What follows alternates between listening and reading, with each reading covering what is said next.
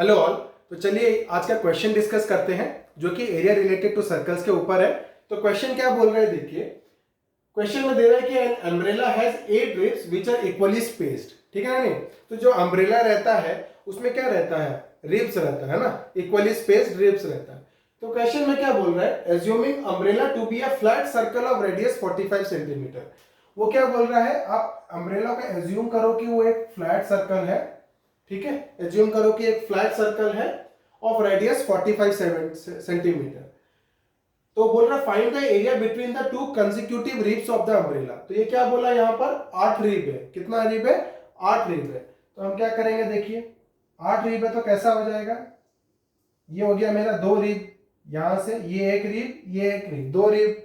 अब मैं अगर यहां से जोड़ दूंगा तो कितना हो जाएगा, 3 रिब, 3 रिब 4 रिब, है ना। फिर वो क्या बोल रहा है, 8 रिब है। तो मैं यहां से बना देता हूं तो कितना हो जाएगा, ये 6 हो गया रिब्स। ठीक है, और जब मैं यहां पे जोड़ दूंगा तो कितना हो जाएगा, मेरा 8 रिब हो गया।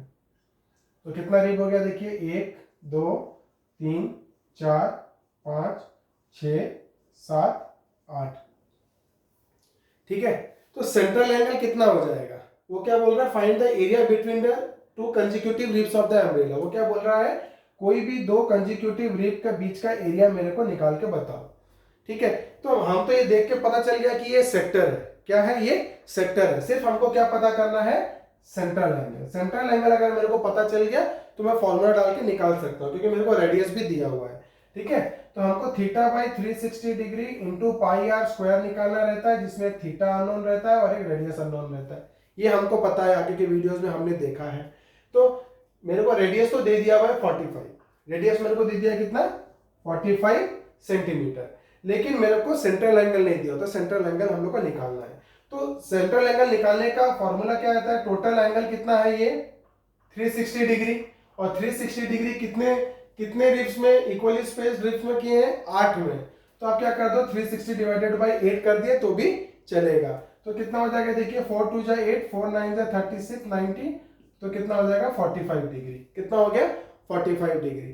तो ये तो आप कैलकुलेट करके कर सकते हो, लेकिन आप पहले अगर दिमाग लगा देते, जब आप ड्राइंग बना देते तभी भी आपको पता चल जाता है। कैसे, देखिए आपको ओरिजिनली एक सर्कल था, है ना।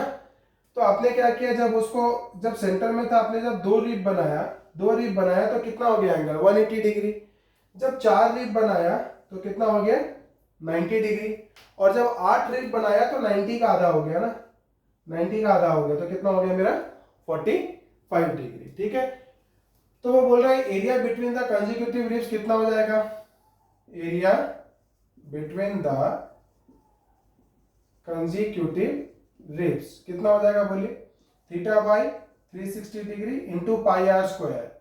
सो पाई आर स्क्वायर, तो हम कितना डालेंगे, 45 divided by 360 degree into pi की वैल्यू नहीं दी हुई है, तो हम क्या करेंगे, 22/7 यूज करेंगे।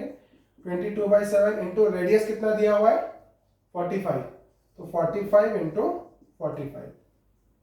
ओके, तो अब कट करते हैं, देखिए 9 5 जा 45, 9 4 जा 36, 5 8 जा 40, 2 4 जा 8। तो नीचे कितना बच गया, नीचे बच गया हमारा कितना, 28, 7 4 जा 28। और ऊपर कितना बच गया, 45 इंटू 45 इंटू 11। ओके, तो 45 इंटू 45, 5 5 25, 5 2 5 4 20, 22, 4 5 20, 0 2 4 4 16 17 18। So 5 2 8 9 10 0 1 2025।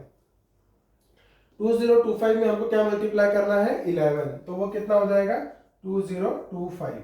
ओके, तो कितना हो जाएगा, 5 5 6 7 2 2 2। तो कितना हो जाएगा, 2275 डिवाइडेड बाई 28।